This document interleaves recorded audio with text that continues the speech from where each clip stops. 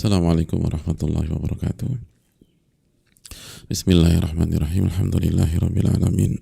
Wa bihi nasta'in ala umuri dunya wad din. Wassalatu wassalamu ala asyrafil anbiya'i wal mursalin wa ala alihi wa sahbihi wa man sara ala nahjihi bi ihsanin ila yaumil wa ba'd.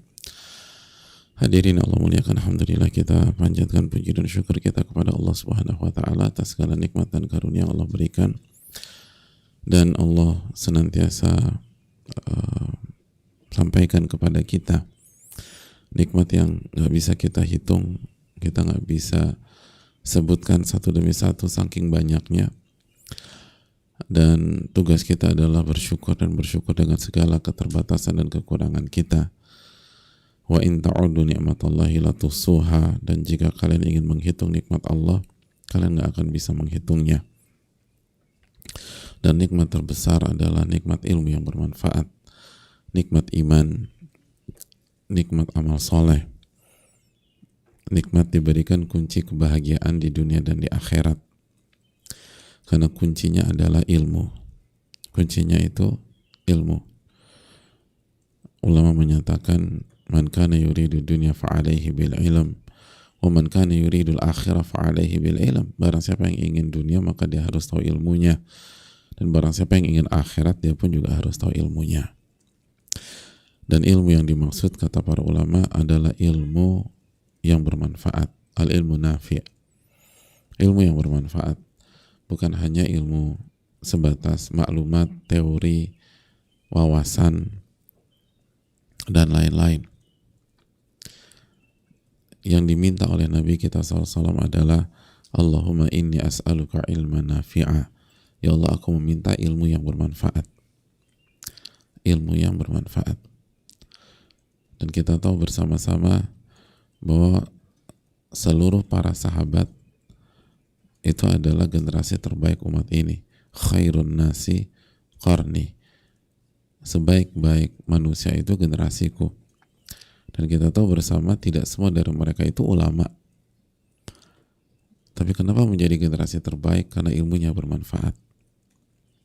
Karena ilmunya bermanfaat. Maka selalu minta ilmu yang bermanfaat. Dan kuncinya sebagaimana yang telah kita sebutkan, bukan hanya belajar, tapi belajar sambil memuliakan ilmu. Man lam yukrimil ilma la yukrimuhul ilmu. Barang siapa yang tidak memuliakan ilmu, maka Allah tidak akan memuliakan dia dengan ilmunya. Jadi muliakanlah ilmu dan yakinkan diri kita bahwa ilmu itu mulia. Lalu sikapi ia sebagai hal yang sangat mulia. Itu aja. Jangan rendahkan ilmu. Jangan cuekin ilmu. Kita aja kalau dicuekin malas kita sama tuh orang. Apalagi ini. Karena ilmu itu qala Allah wa qala Rasul. Firman Allah dan sunnah Nabi SAW. Maka pantaskah kita merendahkan ayat-ayat Al-Quranul Karim atau sunnah Nabi SAW? Maka hadirin Allah muliakan, muliakan, dan muliakan. Dan disitulah sumber keberkahan ilmu, sumber perubahan. Dan coba dulu deh, coba. Adapun kalau tidak memuliakan, gak bermanfaat ilmunya. Dan contoh banyak kok. Contoh banyak, dan barang siapa yang pernah beberapa saat aja berada di dunia ilmu akan melihat perbedaannya. Akan melihat bahwa kalau tidak memuliakan itu, kita gak akan dapat ilmu yang bermanfaat. Gak ada perubahan. Hati akan tetap kotor. Maka muliakan. Memang gak mudah, makanya minta pertolongan kepada Allah. Minta pertolongan kepada Allah. Allahumma inni as'aluka ilman nafi'ah wa a'udzu bika min ilmin la yanfa'. Ya Allah, aku minta ilmu yang bermanfaat dan aku berlindung dari ilmu yang tidak bermanfaat. Terus minta. Isti'anah billah, minta pertolongan kepada Allah Subhanahu wa taala. minta pertolongan kepada Allah. Lalu yang berikutnya, jaga terus syahadatain kita, la ilaha illallah wa anna Muhammad Rasulullah, tidak ada yang berhak diibadahi kecuali Allah, dan Nabi itu hamba dan utusan Allah. Jaga tauhid dan selalu berusaha mengikuti Nabi SAW. Dan terakhir, marilah kita mengucapkan salawat dan salam kepada Nabi kita, Rasul kita Muhammad SAW. Hadirin Allah muliakan, kita sudah menyelesaikan seluruh ayat dan hadis yang dibawakan Imam Nawawi, semoga Allah merahmati beliau, dalam bab al-muhafadzah 'alal a'mal, bab menjaga dan mempertahankan amal soleh. Dan sekarang kita masuk kepada kesimpulan. Para ulama menjelaskan di kesimpulan bab ini bahwa an-nafsu tamallul amal, jiwa itu bisa jenuh dalam beramal, hadirin, bisa bosan dalam beramal. Wa tamilu ilal kasal, dan jiwa itu cenderung mengarah kepada sifat malas.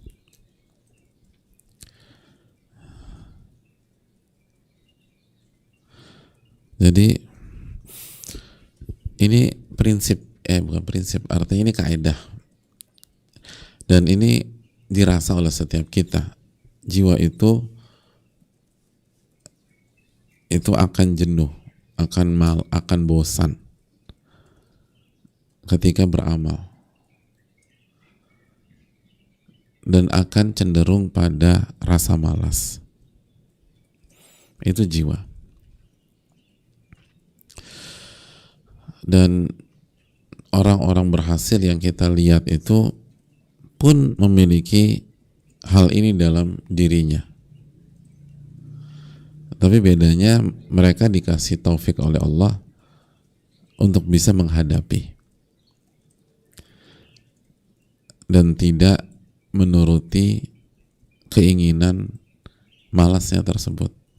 Jadi ketika malasnya kumat, mereka tetap on track, ya, tetap berada di atas jalan yang benar. Tapi kita ini akan ngalamin ini. Jiwa itu jenuh, atau akan sampai pada titik jenuh, bosan. Dan kalau udah begitu, udah bawanya malas aja, malas ngapa-ngapain.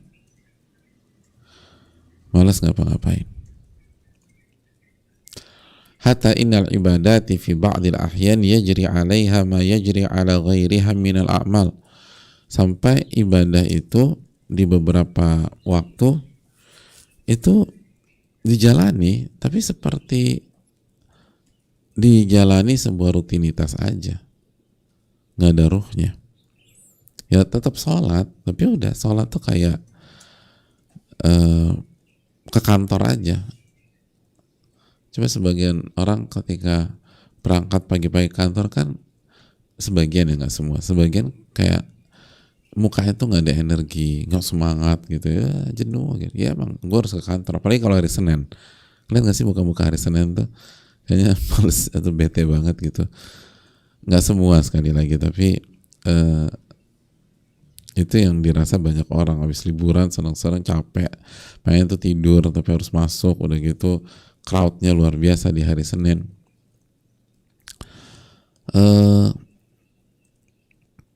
Ya itulah kondisi kita. Maka Nabi SAW berusaha mendidik seorang muslim agar dia bisa mempertahankan ibadahnya, itu agar dia tidak terbawa arus sifat jenuh atau rasa jenuh, dan akhirnya masuk kotak kemalasan. Nah, Nabi SAW berusaha mendidik kita untuk terjaga dan mengobati hal-hal tersebut. Nah, di bab ini setidaknya sebagian ulama membawakan 3 hal atau 3 obat agar kita bisa mempertahankan ibadah kita dan tidak mengikuti kejenuhan dan kebosanan. Yang pertama, kata para ulama dari bab ini ya, bab Riyadhus Shalihin,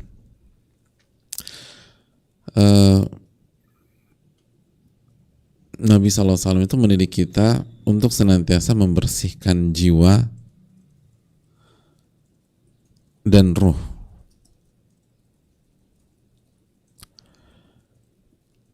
Jadi kita ini harus selalu membersihkan jiwa dan ruh.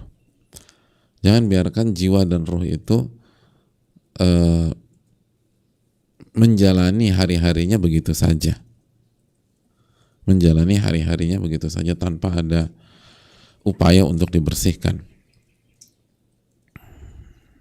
Tanpa ada upaya untuk dibersihkan.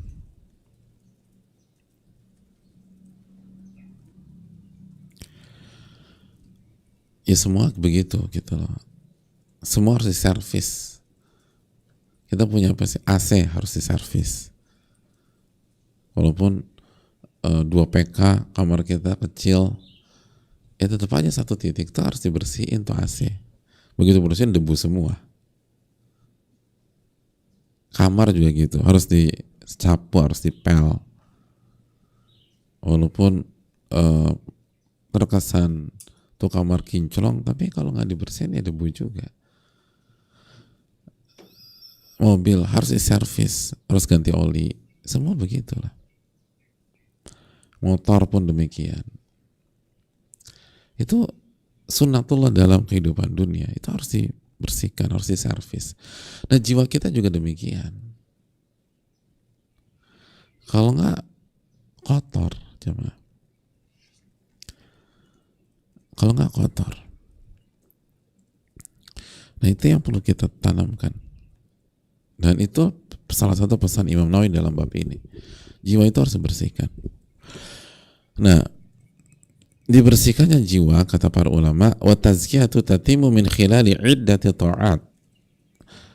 Membersihkan jiwa itu akan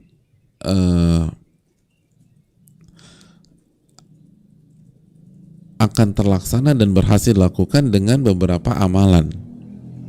Nah, di antara amalan tersebut adalah salat. Wa hiya wasilatun uzma fi tazkiyatin nafs. Itu udah sarana yang paling besar, paling agung untuk membersihkan jiwa.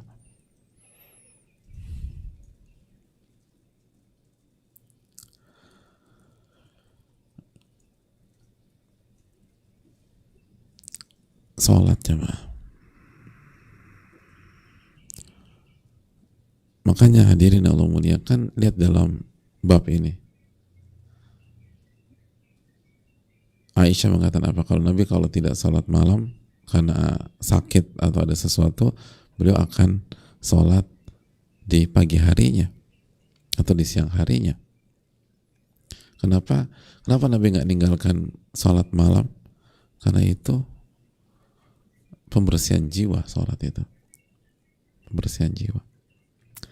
Kata para ulama, salat itu ta'ammuqu ma'anil ubudiyati wa tauhid wa syukur. Salat itu adalah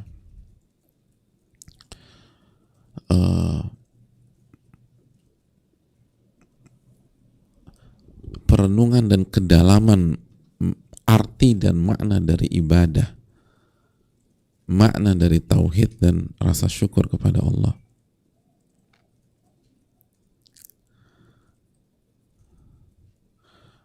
Makanya sholat kan bukan hanya syariat Nabi SAW. Dari zaman Nabi Ibrahim sudah ada sholat.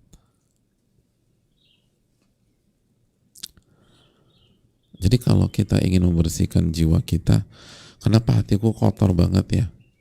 Sholat. Sholat ya. Tapi aku malas sholat. Ya sama, orang sakit tuh malas minum obat. Orang sakit itu malas minum obat dan malas ngapa-ngapain. Betul. Misalnya, aduh, kalau aku tuh kalau udah sakit, malas ke kantor, malas meeting, malas apa lagi, malas olahraga, malas lari, malas makan, malas minum obat. Nah dari semua rasa malas itu kan nggak bisa semuanya diturutin. Oke, lagi sakit ya, iya aku malas ke kantor. Oke, nggak usah ke kantor, istirahat. Iya, terus yang kedua aku malas lari pagi. Oke, kita coret lari pagi hari ini. Lagi sakit. Terus malas apa? Aku malas makan. Oke, makan kita kurangin. Bahkan sebagai apa? Di antara teori kesehatan, ya udah kalau nggak mau makan jangan nggak usah dipaksa pada saat itu. Karena katanya tubuh sedang melawan. Kata sebagian teori, ini bukan kapasitas saya. Tapi intinya ada yang mengatakan udah nggak apa-apa. Tapi minum obat nggak ada cerita harus. Minum obat tuh harus. Semalas apapun Anda harus minum tuh obat. Semalas apapun Anda harus minum obat itu. Kalau ke kantor kita turutin deh, nggak apa-apa. Aku malas masuk kelas misalnya mahasiswa. Oke, nggak usah masuk kelas hari ini. Nggak usah masuk kelas. Aku ada meeting sama klien. Oke, kita reschedule. Nggak usah meeting klien hari ini. Tapi minum obat harus. Minum obat harus. Justru semakin malas, semakin sakit, semakin harus ditekankan minum obat. Nah, sholat juga begitu jamaah. Makanya puasa nih, ketika sakit, boleh nggak puasa nggak? Boleh. Sakit boleh nggak puasa? Jelas Al-Baqarah 185. Fa'iddatun min ayyamin ukhar. Ganti di waktu yang lain. Tapi sholat, selama masih sadar harus sholat. Sholli qa'iman. Sholatlah dalam kondisi berdiri. Fa'in lam tastati' faqa'ida. Kalau Anda nggak bisa, bukannya dicoret. Salat duduk. Fa illam tastati' fa'ala janbin, kata Nabi SAW. Kalau nggak bisa, salat dalam kondisi bertumpu pada bagian tubuh sebelah kanan dan bagian tubuh depan menghadap kiblat. Kalau nggak bisa juga berbaring terus. Nggak bisa berdiri, duduk. Nggak bisa sujud, isyarat. Harus salat. Harus sholat.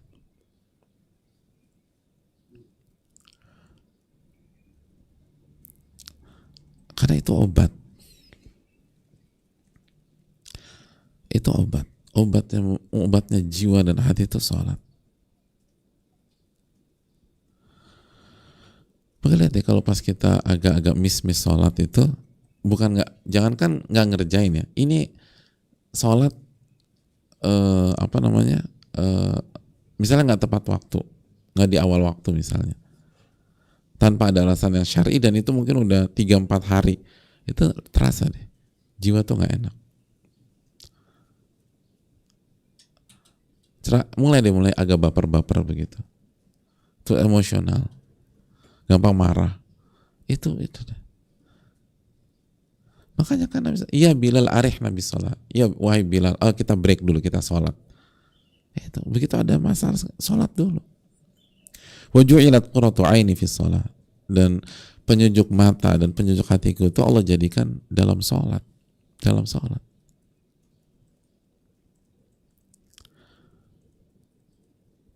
Dalam sholat. Itu sholat benar-benar.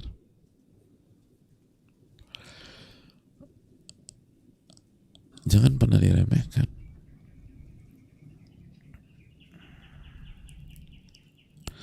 Itulah ubudiyah, itu penghambaan, itu ibadah, itu tauhid, itu rasa syukur. Makanya begitu kita nggak bisa ngerjain di waktu malam, langsung ganti di waktu pagi sampai zuhur, biar obat tuh tetap diminum. Itu penting sekali jamaah sekalian. Kalau ingin mempertahankan ibadah, mulai dari sana. Makanya kan setelah Allah dan Rasulnya setelah menekankan tentang syahadatain, ibadah yang pertama disebutkan apa? Sholat. Kan rukun Islam setelah syahadatain sholat. Salat dulu sebelum yang lain. Salat.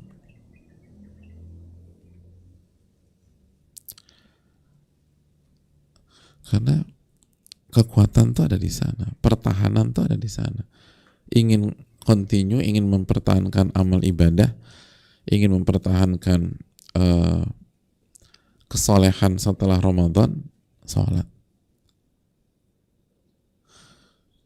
Makanya Nabi katakan kepada Abdullah bin Amr bin As apa? Ya Abdullah la takun mithla fulan. Wahai Abdullah, jangan seperti si fulan. Karena yaqumul lail. Sebelumnya dia tuh qiyamul lail, salat malam. Fataraka qiyamul lail. Lalu dia tinggalkan qiyamul lail. Dia tinggalkan qiyamul lail. Jadi kalau ingin menghilangkan kejenuhan, rasa bosan, lalu rasa malas, sholat.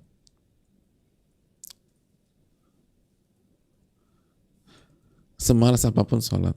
Obat tuh, banyak obat tuh yang memang pahit banget, tapi harus diminum. Nah setelah itu agak enakan dengan izin Allah Subhanahu Wa Taala.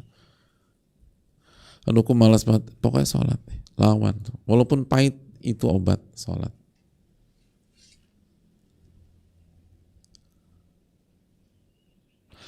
Terus di bab ini juga yang ditekankan oleh Imam Nawawi dan para ulama yang lain apa? Apa namanya? Obat tazkiyatun nufus, membaca Al-Quran dan berinteraksi dengan Al-Quran. Makanya dalam hadis Umar bin Khattab, man nama an hizbihi minal lail, barang siapa yang ketiduran sehingga dia nggak baca Quran di waktu malam, itu salah satu maknanya, maka hendaknya dia baca antara salat subuh sampai salat zuhur, dan dia dapat pahala dibaca di waktu malam. Jadi itu obat kejenuhan, males, bosan, males, segala macam. Itu obat kotornya hati, kotornya jiwa. Itu punya kehidupan dengan Al-Quranul Karim, punya kehidupan dengan Al-Quranul Karim.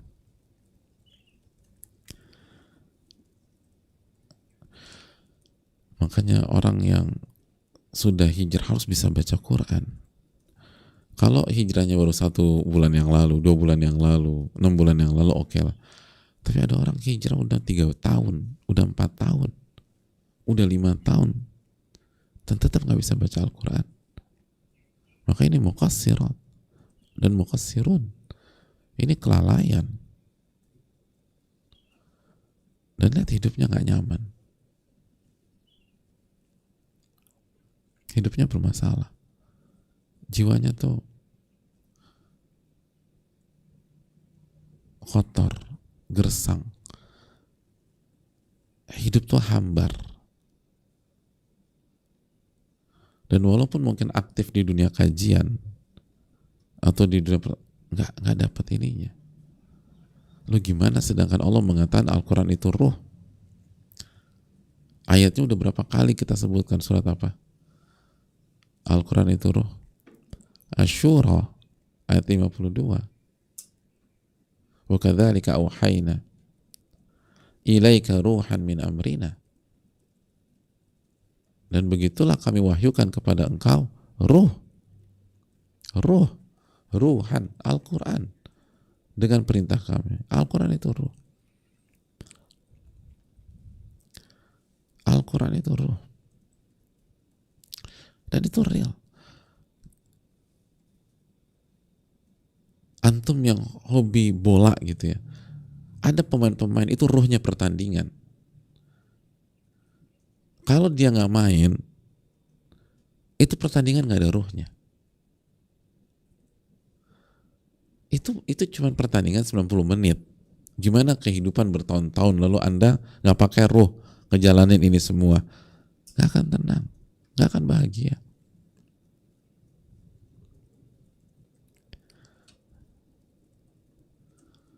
Harus belajar dan terus belajar.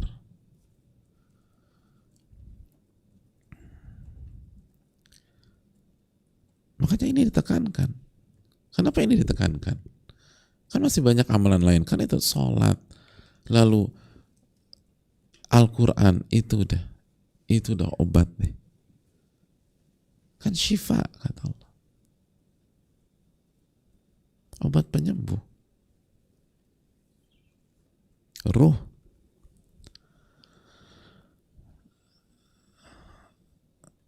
Dan kita lihat deh orang tua kita tuh yang udah tubuh juga udah lemah, udah sakit-sakitan, tapi setiap hari mereka baca Quran. Bukan ulama juga. Lihat kehidupannya gimana? Tenang, nyaman. Lihat deh, emosi stabil, nggak post power syndrome. Nggak, lihat. Coba lihat, benar nggak sih? Kalau saya pribadi ya, persentasenya bisa dikatakan 100%. Orang-orang tua tuh yang saya lihat sendiri, setiap saat tuh atau setiap hari tuh punya kehidupan dengan Al-Quran. Itu hidupnya sama, tenang, nyaman, enak gitu. Nggak ada tertekan masa lalu, nggak kehilangan arah. Walaupun bukan ulama juga. Nanti pagi-pagi mereka dengerin kajian, sudah habis itu baca Quran lagi. Nah, hidupnya beres-beres rumah. Lalu udah sepuh, udah tua. Tapi hidupnya enak tuh. Nggak kesepian.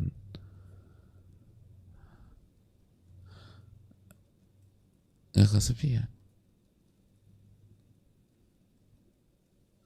Walaupun mungkin cucu-cucu pada sekolah, anak-anak udah pada keluar dari rumah, hidupnya tetap enak gitu. Nggak cari perhatian. Coba lihat deh. Itu real. Kita udah banyak urusan masih cari perhatian. Kita kan gitu. Padahal tugasnya udah banyak, kok masih cari perhatian aja. Mereka nggak santai. Ya karena mereka punya obatnya. Obatnya diminum tiap hari. Kita ini udah urusan numpuk, masih pengen tahu urusan orang. Padahal urusan sendiri nggak kelar-kelar. Dan kalau lo tanya pada hari kiamat tentang urusan kita kerepotan jawab pertanyaan tersebut. Kok masih bisa ngurusin urusan orang? Masih sempat ngepoin orang. Dan kadang-kadang nggak sampai ngepoin, ngomentarin. Bahkan bukan yang komentar, ngevonis orang.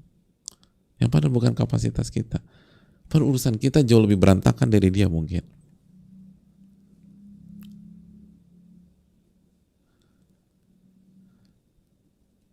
Itu artinya yang saya tahu, lagi-lagi ini saya bicara yang saya tahu. Orang tua kita yang punya kehidupan dengan Al-Quran, itu nggak ada yang kayak begitu. Sibuk aja dengan Qurannya mereka. Lalu berbuat baik, tenang, nyaman. Benar nggak sih? Anda pernah bergaul sama orang tua nggak ya? Semua milenial. Kan gitu kan, ada orang tua gitu. Asal benar-benar tiap hari sama Quran ya. Khususnya di waktu pagi gitu loh. Kan waktu pagi berkah. Terus nanti ba'da zuhur baca lagi gitu loh. Nanti habis sholat asar baca lagi sedikit. Coba deh lihat. Kalau kita, kadang-kadang yang kita yang muda-mudanya komentar, aduh kesiannya udah tua sendiri segala. Enggak, Anda lebih pantas dikasihanin daripada mereka. Mereka tuh hidupnya tenang. Kenapa? Quran. Allah yang bilang ruh, masa kita nggak percaya? Dan benar, ruh.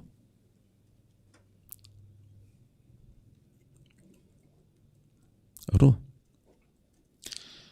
Dan jujur deh, kita nih yang sudah hijrah atau yang sudah ngaji, salah satu PR kita hubungan kita dengan Al-Quran, hubungan kita dengan Al-Quranul Karim. hubungan kita dengan Al-Quran. Dan itu yang mengkritik para ulama seperti Syekh Sulaiman Ar-Ruhaili. Beliau ingatkan itu.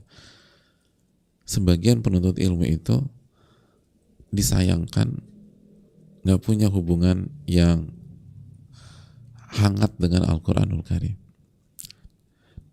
Dari sisi membaca, mungkin belajar ngafalin ya, tapi ada ngafalin dalil dan seterusnya. Tapi punya kebersamaan dengan Al-Quran, dibaca, mungkin ditadaburi. Bahkan itu tadi, ada banyak orang udah hijrah bertahun-tahun.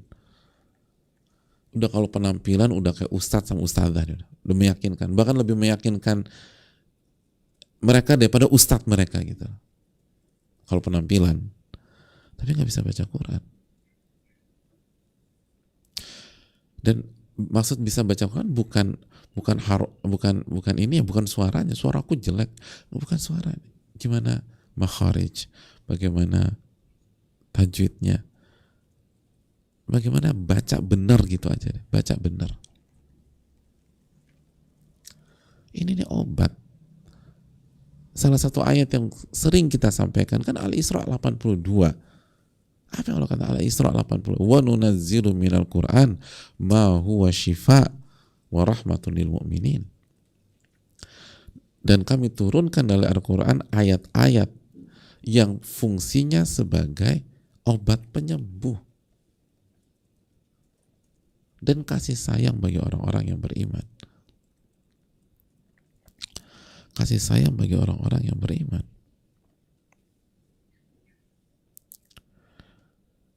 Kasih sayang bagi orang-orang yang beriman. Obat penyembuh. Obat penyembuh.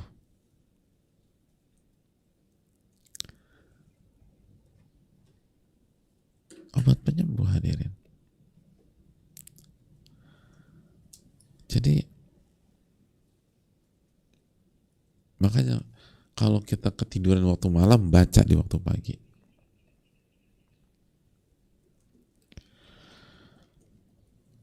Dan bagi kita yang jago bahasa asing, apa kita nggak pernah nanya diri kita, kok saya bisa bahasa Inggris, saya bisa baca Spanyol, saya bisa bahasa Cina, kok saya nggak bisa baca Quran ya? Nggak usah bahasa Arab, baca Quran aja saya nggak bisa. Kok bisa gitu ya? Masa nggak ada rasa bersalah gitu loh? Dan ini obat tazkiyatun nufus, sekali lagi, ini obatnya. Jadi orang yang nggak bisa baca Quran dan nggak mau belajar, maka otomatis dia nggak minum obat. Dan jangan salahkan siapa-siapa kalau penyakitnya kumat terus setiap hari. Allah ta'ala misawab. Itu yang pertama. Yang kedua, secara singkat, bagaimana obat dari jiwa yang suka jenuh, malas. Setelah tadi itu tazkiyatun nufus. Yang kedua adalah nasihat. Kita butuh nasihat. Makanya kita itu butuh dekat sama orang-orang yang punya kemampuan menasihati kita dengan tulus, dengan hikmah, dengan dalil dan kasih sayang. Kita tuh nggak butuh dengan penjilat, tapi seringkali kita lebih senang ketemu orang-orang yang ngangkat-ngangkat kita. Hal itu seringkali buat penyakit hati. Kita tuh harus cari orang, harus dekat sama orang yang benar-benar bisa nasihatin kita dengan benar, ilmiah, dan kasih sayang. Harus sayang gitu loh.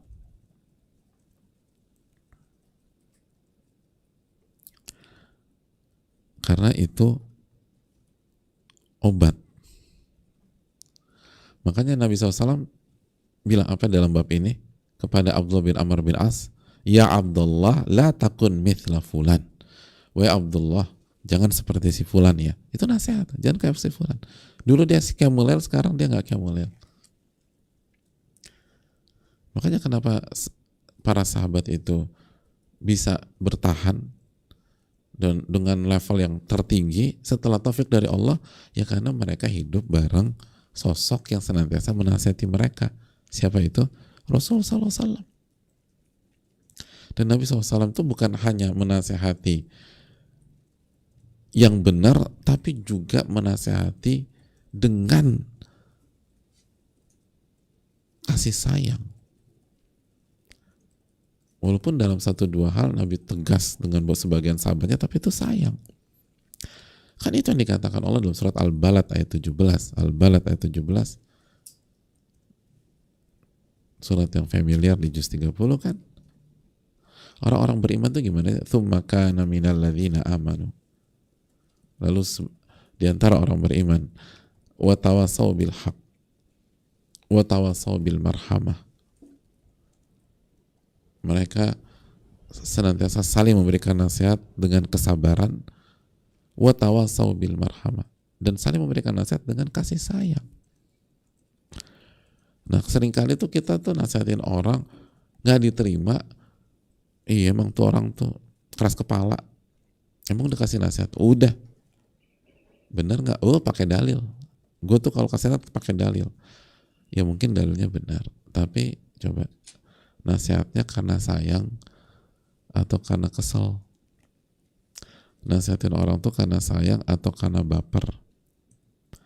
Nasihatin dia itu karena sayang sama dia atau karena benci sama dia. Nasihatin dia karena sayang sama dia atau karena kesal sama dia. Orang-orang beriman itu kalau kasih nasihat karena sayang. Makanya walaupun nggak semua orang, walaupun sebagian orang tetap nggak bisa terima, tetapi secara keberkahan jelas beda lah. Dan lebih banyak positifnya daripada sebagian yang tetap nggak bisa terima. Kadang-kadang seringkali itu tadi. Ini surat Al-Balad ini penting ya Pak. Wa tawasaw bil marhamah kata Allah. Dan mereka tuh saling kasih nasihat, saling berpesan dengan kasih sayang. Jadi bukan hanya pesan-pesan kesabaran aja, tapi pesannya tuh kasih sayang. Makanya efektif. Makanya para sahabat walaupun sebagiannya ditegasin sama Nabi gitu ya, sebagian kan Nabi kasih nasihat itu tajam, bukan kasar, tajam ya. Tapi mereka nggak ada yang mental tuh, karena mereka tahu ini dari orang yang sayang sama saya dan paling sayang sama saya, paling sayang. Nabi kan paling sayang sama kita. Ingat akhir surat At-Taubah itu 128. Harisun alaihi azizun alaihi ma'anitum harisun alaihi azizun alaihi ma'anitum harisun alaikum bil mu'minina raufur rahim. Kan gitu kan. Azizun alaihi ma'anitum harisun alaikum bil mu'minina raufur rahim. Nabi SAW itu selalu berusaha memberikan kebaikan buat kalian. Sebelumnya azizun alaihi ma'anitum. Nabi itu SAW tuh merasakan kesedihan yang kalian rasakan, merasakan ketidaknyamanan apa yang kalian rasakan kalau kalian nggak nyaman. Empati Nabi itu paling luar biasa jamaah. Lalu harisun alaikum, sangat semangat memberikan kebaikan buat kalian. Bil mu'minina raufur rahim, dan beliau sangat pengasih dan sangat penyayang kepada orang-orang beriman. Makanya walaupun misalnya Mu'adz dinasihatin dengan tegas, Usama bin Zaid dicecar sama Nabi karena melakukan kesalahan, tapi mereka tuh nggak kabur jamaah, nggak menghindar, nggak baper. Karena dua faktor itu, karena Nabi kasih nasihatnya penuh dengan kasih sayang, mereka hanya mencari kebenaran. Jadi klop udah. Nabi SAW kasih nasihatnya penuh dengan kebenaran dan kasih sayang, mereka cari kebenaran. udah enak. Itu udah paling enak.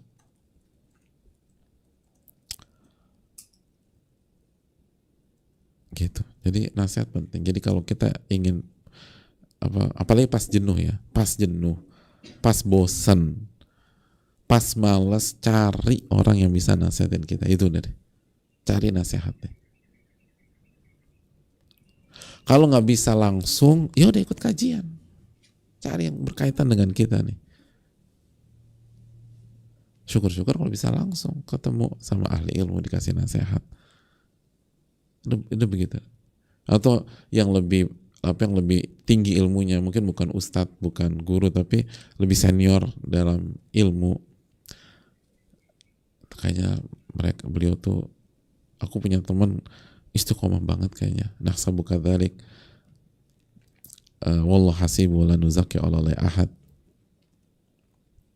Itu sunnah Nabi ya jemaah. Kalau kita muji orang itu di belakangnya khususnya, atau bicara kebaikan orang itu, kita ucapkan nahsabuhu kadzalik wallahu hasibuhu wala nuzaki 'ala Allahi ahad. Itu penilaian saya dan Allah lebih tahu tentang orang ini, dan aku tidak merekomendasikan siapapun di hadapan Allah. Ya karena bisa jadi penilaian kita ternyata beda gitu loh. Jadi jangan memastikan orang. Nahsabuhu kadzalik.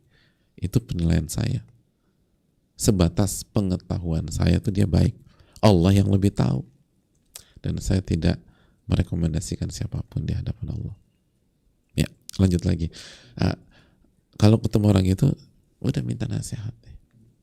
Minta nasihat. Itu penting. Itu yang kedua dari bab ini ya. Makanya Nabi mengatakan kepada Abdullah bin Amr bin As, la takun mithla fulan. Yang ketiga, hadirin Allah muliakan, al-yusr wal murunah. Dari bab ini kita bisa tarik sebuah kesimpulan juga, kata para ulama, bahwa agar bisa bertahan dan bisa menghadapi kejenuhan dan bosan sehingga jadi malas, itu Allah Subhanahu wa taala dengan segala kasih sayangnya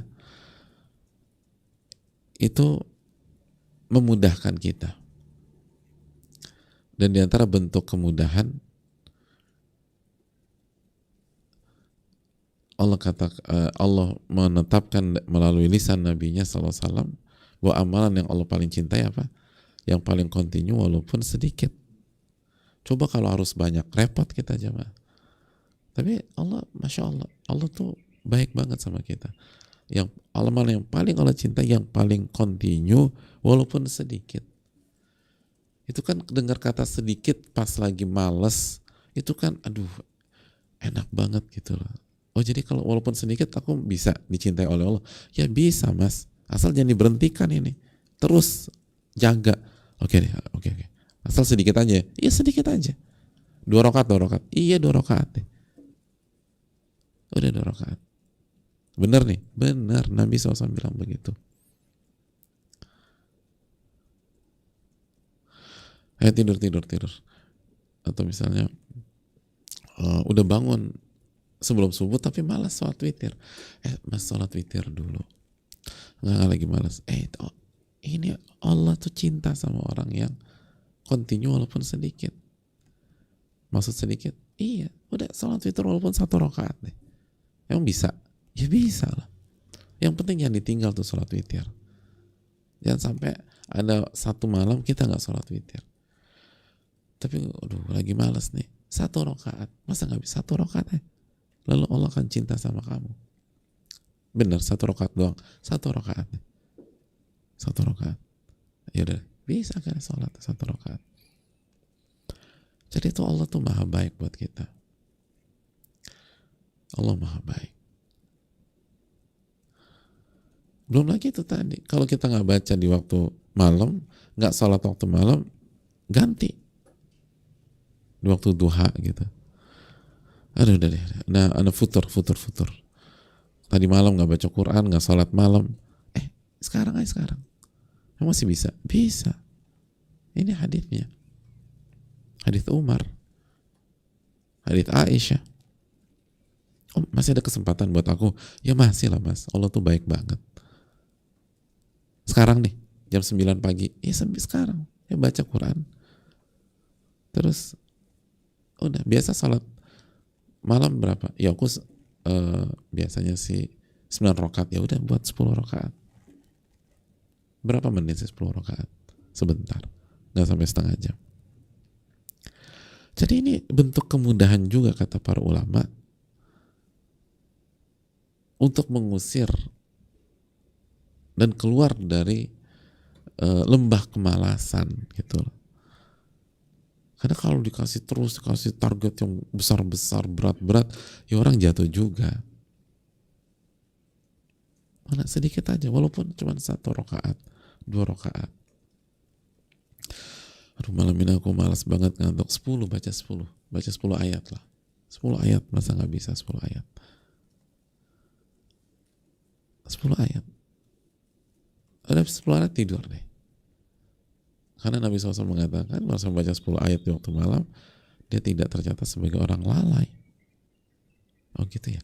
Walaupun malas gini, aku nggak divonis sebagai orang lalai. Enggak. Baca 10 ayat. Boleh tidurnya habis itu? Boleh. Jadi, apa namanya jamaah sekalian?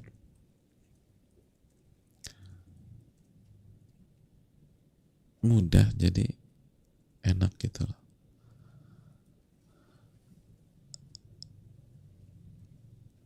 Nah seringkali kita tuh di keluarga atau di orang tua kan terlalu keras gitu, kasih apa? Kasih standar sama anggota keluarga, sama anak-anak gitu loh. Akhirnya mental-mental semua nih. Karena nggak ada usernya itu, nggak ada kemudahannya. Pokoknya kesannya kalau setelah mama papa ngaji semua ribet aja deh. Kehidupan tuh ribet kata anak-anak. Jadi anak-anak ditanyain di interview, apa yang membedakan kehidupan sebelum papa mama kamu ngaji, hijrah dengan setelah papa mama kamu hijrah?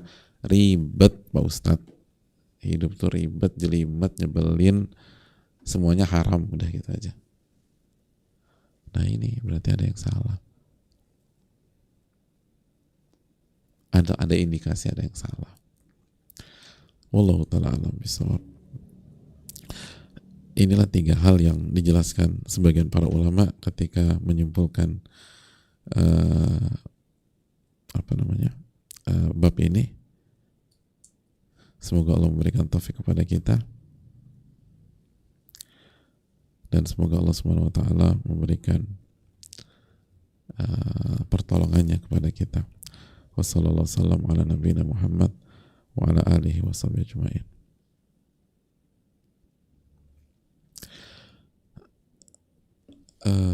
Pertanyaan. Assalamualaikum warahmatullahi wabarakatuh. Waalaikumsalam warahmatullahi wabarakatuh. Semoga Allah merahmati Imam Nawawi, lalu Ustadz, tim kajian dan seluruh kaum muslimin. Amin ya rabbal alamin. Ustadz, mau nasihatnya untuk bisa berhenti dari suatu perbuatan maksiat. Sebelumnya saya sudah sempat menjaga diri dari perbuatan ini dalam waktu yang lama.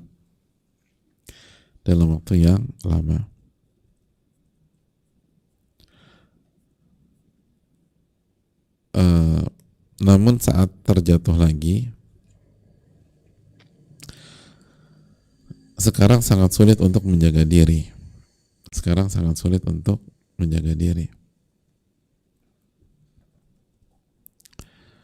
Mohon doanya agar kita semua bisa dijauhkan dari perbuatan maksiat. Wafaqanallah wa iyyakum lima yuhibbu wa yarda wa litajannubi kulil ma'asi. Amin ya rabbal alamin. Hadirin Allah muliakan,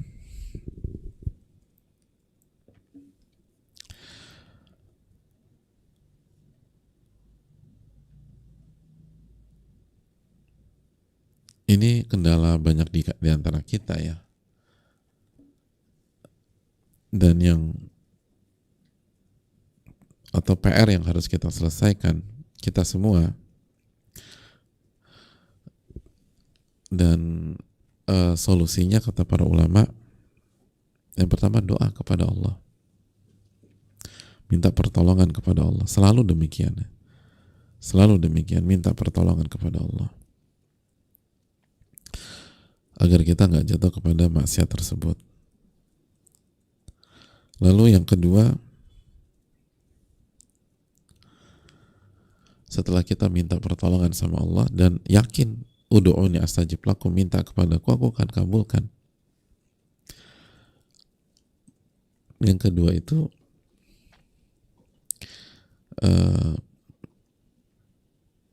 pelajari dan renungkan dampak buruk dari maksiat yang kita kerjakan.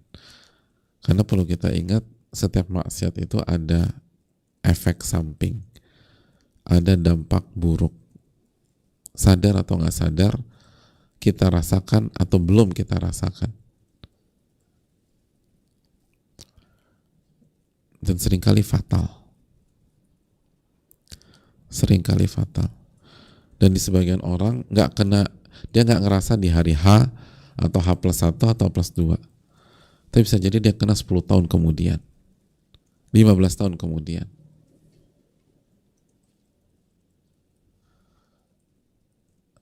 Kan begitu ya. Ya nggak usah ribet-ribet lah. Ada banyak orang yang yang waktu mudanya hobi minum-minum, terus dia berhenti. Pas berhenti sih masih fine-fine aja. Tapi 10 tahun kemudian kanker. Berapa tahun kemudian semua bermasalah. Terus kata dokternya, ya ini karena pengaruh berapa tahun yang lalu, Pak. Ya bukan, tapi aku udah berhenti. Ya berhentinya kan sebelum berhenti Bapak minum berapa liter gitu aja.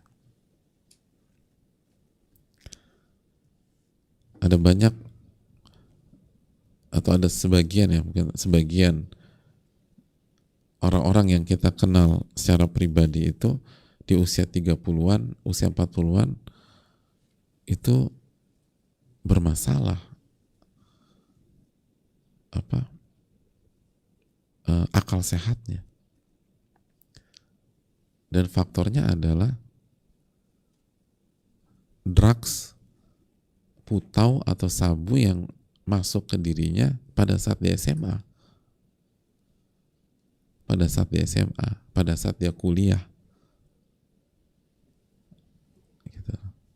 Kesannya sih nggak ada apa-apa, tapi kenanya nanti berapa tahun kemudian. Itu jangan pernah lupa. Itu contoh ya, contoh. Dan itu yang nyerang fisik, belum yang nyerang hati, belum yang nyerang jiwa, belum yang nyerang mental.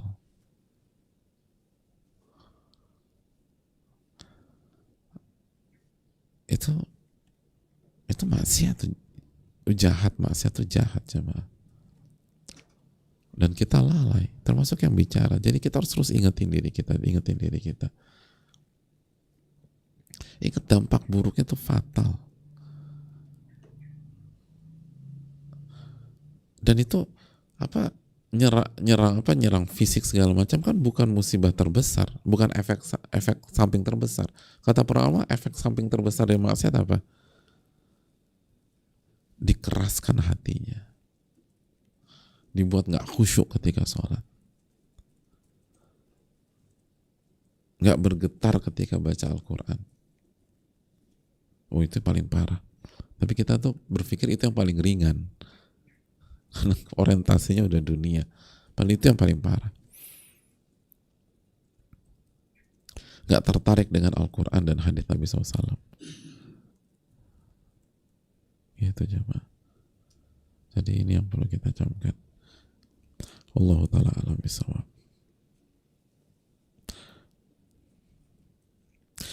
Dan yang ketiga, bergaul sama sahabat yang baik, sahabat yang soleh. Cari lingkungan.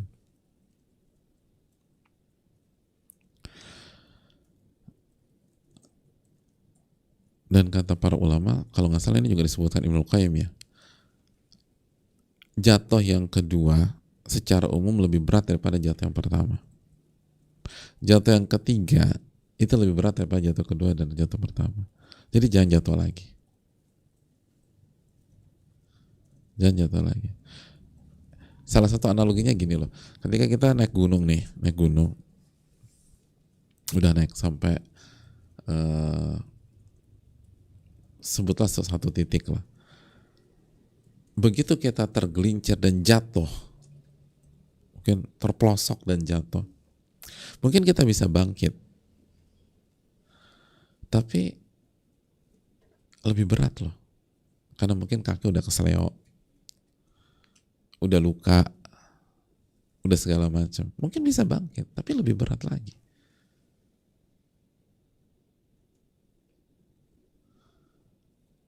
Jadi jangan pernah lepas.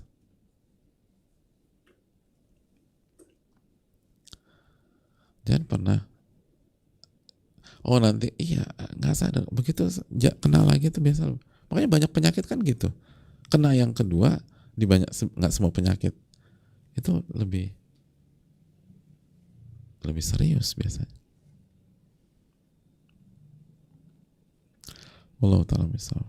Khususnya penyakit-penyakit yang ganas-ganas ya. Kena kedua tuh biasanya fatal. Atau lebih fatal daripada yang pertama. Wallahu ta'ala alam.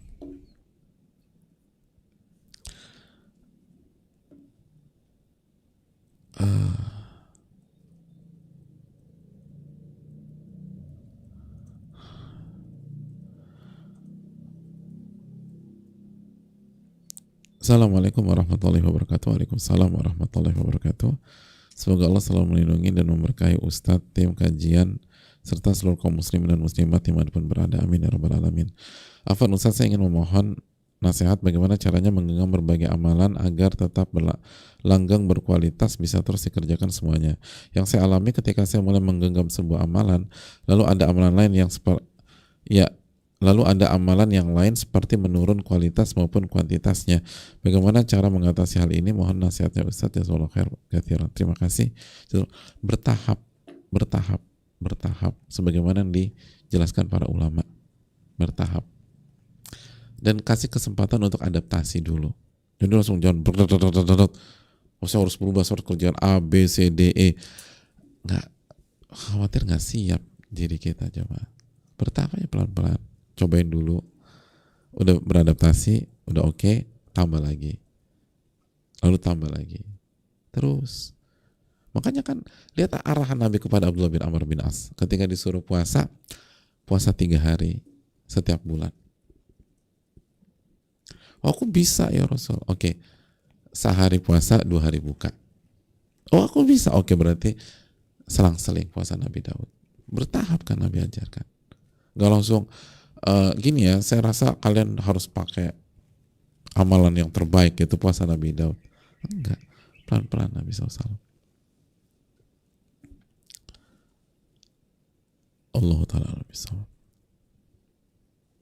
Saya rasa cukup sampai di sini. Jazakallahu khairan. Semoga bermanfaat dan semoga kita ditolong oleh Allah dan amal kita yang banyak kekurangan ini diterima oleh Allah Subhanahu wa taala. Dan semoga Allah ampuni dosa-dosa kita. Allah tolong seluruh kaum muslimin dimanapun berada. Subhanakallahumma wa bihamdika la ilaha illa anta astaghfiruka wa atubu ilaik. Assalamualaikum warahmatullahi wabarakatuh.